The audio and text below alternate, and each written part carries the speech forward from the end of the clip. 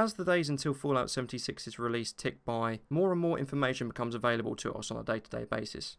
Multiple interviews with different employees of Bethesda have released a lot of information over the past couple of weeks.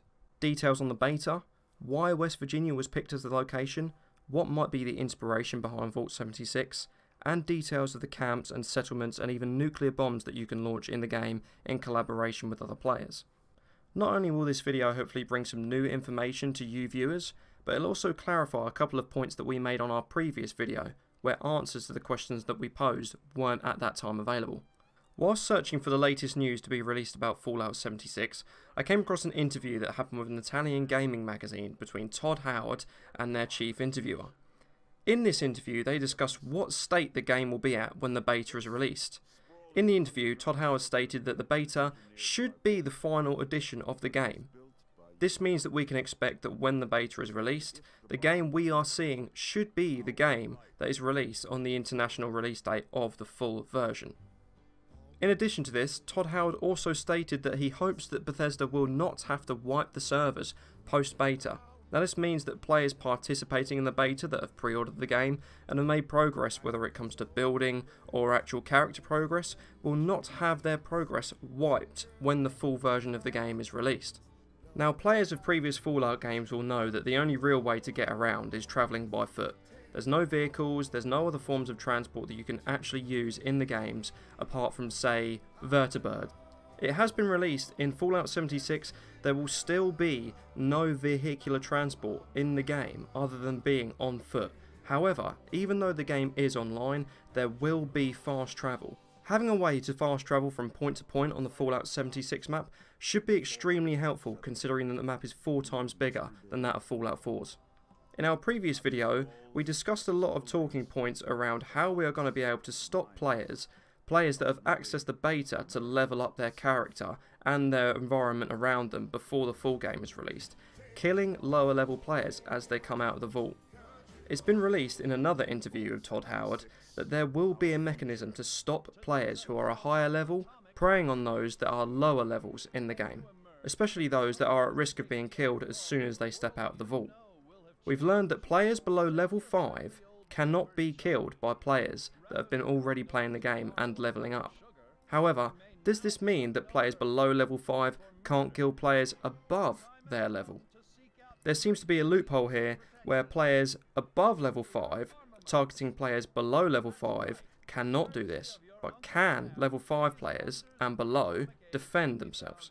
If a level 5 or below player is targeted by, say, a level 6 or 7 player or even 10 or 15 player, depending on how the ranking system works in Fallout 76, can that player that is below or at level 5 defend themselves against the higher level player? The impression I get from this is that it's going to be very hard to target an individual person in the game and actually go for them in terms of loot and experience points and caps. We may find that Fallout 76 doesn't actually benefit the player who wants to target others and kill in order to gain experience, points, loot, whatever that might be. Now, an interesting addition to Fallout 76 versus that of Fallout 4 and previous games is the ability to build settlements wherever you are. With the new camp system, you can take your settlement, actually transport it after it's been built and move it to any other location within the map. Where you build, it simply has to be outside of a radius of the vaults, and that is it. That's the only requirement. There's therefore been a lot of talk about how structures constructed by players in the game will be affected by other players, especially players who are considered enemies. Bethesda have released that structures that are built by other players in the game will only take slight damage if being targeted by players who are hostile or considered to be enemies. They are apparently cheap to repair and only take slight damage under attack. After having exited the server, there will be no chance of your settlement being damaged because it will effectively be wiped from the map until you next join into the game. We can therefore assume that your camp or settlement is saved to your character or maybe to your Pip-Boy. However, this leads me to wonder what happens if you've built in the same place as somebody else. Does the map constantly change after you join into a new server? Say you've explored the map, you've found a place to build your settlement, you're happy there, you construct everything that you need to, and then when you exit the game, it removes that settlement off of the map. When you join in, might there be another settlement right next to you? An interesting aspect of this game is the nuclear missiles that can be launched in collaboration with other players. It's rumoured that around 5 to 6 players will need to collect an individual launch code in order to send the missile on its way. Where can the missiles go though? Can they be placed at specific areas, or can they be placed only at particular areas that are designated before we actually join into the game? Pete Hines stated in an interview that the nukes can only be launched at targeted locations that are preset by Bethesda themselves in the development stages of the game. Before a nuclear missile is launched, a warning is issued across the map, allowing people to evacuate the settlements close to the zones where the missile will hit. That does, however, beg the question of why Fallout 76 was brought into the online universe. If nuclear bombs can only be launched to specific locations, and players can't effectively be harassed by other players in the game, then the elements of an online game have already been removed. Surely the only thing that's left is the ability to collaborate with your friends, build settlements, and explore the wasteland together. It's well documented that nuclear missiles release a huge amount of nuclear radiation when they're detonated, whether that be from air to ground or just on the ground. Bethesda have taken this into account. After you've launched a nuclear missile at your enemy or in the designated location that they've set out, the area around where that missile has landed will become highly irradiated, much higher than the normal levels we expect in the Fallout universe. The enemies in this area will be tougher, rads will be higher, which will make the irradiated areas very difficult to explore. However, it may very well be worth exploring these areas because rare resources and rare loot drops will be more common in these irradiated zones. Now, the announcement of Fallout 76 being an online game was initially very controversial.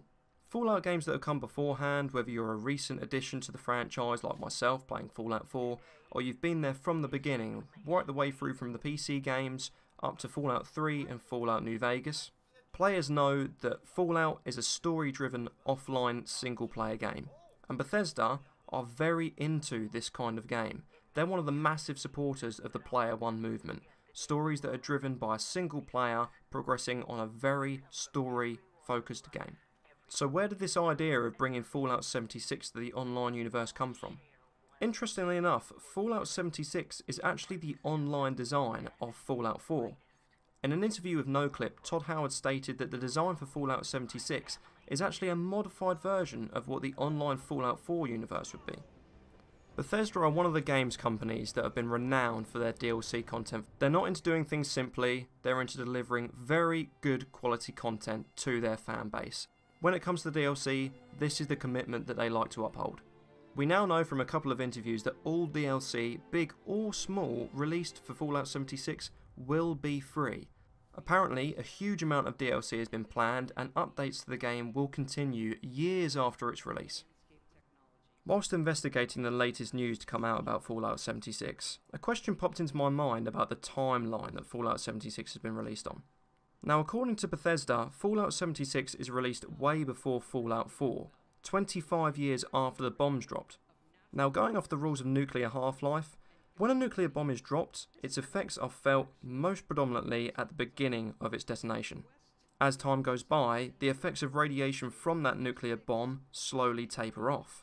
Which should surely mean that immediately after the bombs dropped, especially 25 years after the bombs dropped, where Fallout 76 is being set, surely the environment should be very, very hostile in terms of radiation and contamination of things like food and water. However, the footage we've seen so far doesn't necessarily suggest a Fallout world which is highly contaminated by radiation. Just from some of the footage that's playing in the background now, you can see that the world is thriving in terms of a biological level. It only seems in particular areas of the Fallout 76 map that the effects of radiation are felt fully after the bombs have dropped.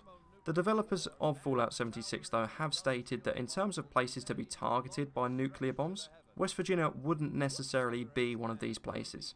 More likely targets would be previous settings of Fallout, for example, like Boston, and especially places of high population and a concentration of technology. Maybe using West Virginia as a backdrop for Fallout 76 was a good idea. West Virginia would have been one of the last places to have been targeted by nuclear bombs, and therefore would have been preserved from the effects of nuclear radiation. Therefore, us players can enjoy the benefits of a really gorgeous looking map. I mean, from footage that we've seen so far in the release at E3 of Fallout 76, we've seen that the game is extremely picturesque. Exploring this wasteland versus Fallout 4 should be an absolute joy, with how expansive the map is and how good it looks on the new engine. Now, as I was researching for new news released about Fallout 76, I came across a couple of trivial points that are quite interesting for the player to think about before the full release. One of these is that Fallout 76 may actually be based on a real vault in West Virginia. A presidential bunker built under the Greenbrier Resort in Sulphur Springs still exists to this day. The presidential bunker was said to be about the size of a Walmart and specifically designed to tackle the effects of radiation. Is it possible then that Vault 76 is based on this real-life vault? We do, after all, see the Greenbrier Resort in the reveal footage for Fallout 76. A very interesting element for Fallout 76 should be the inclusion of the West Virginia folklore. A huge number of myths and tales have been created by the people that live there. Stories of the Grafton monster which roams the flatwoods, the Snallygaster, the Mothman of Cranberry Bogs, carnivorous plants. There's a huge range of tales that Bethesda can draw inspiration from when creating new creatures for Fallout 76. Some of these monsters have even been featured in the release footage of the game. The Grafton monster, for example, is seen fighting in one of the combat scenes with multiple players. Developers of Fallout 76 have stated that the amount of creatures in this game will vastly outweigh that of Fallout 4. A quick comparison of how many creatures were in Fallout 4 versus how many are rumoured to be in 76 shows that in Fallout 76 there will be around 63 active creatures in the game versus that of Fallout 4 with only 30. A big thank you to all tuning in. If you enjoyed this style of video, please do leave a like and subscribe to the channel for further content, and we'll keep bringing you new Fallout 76 news as it comes.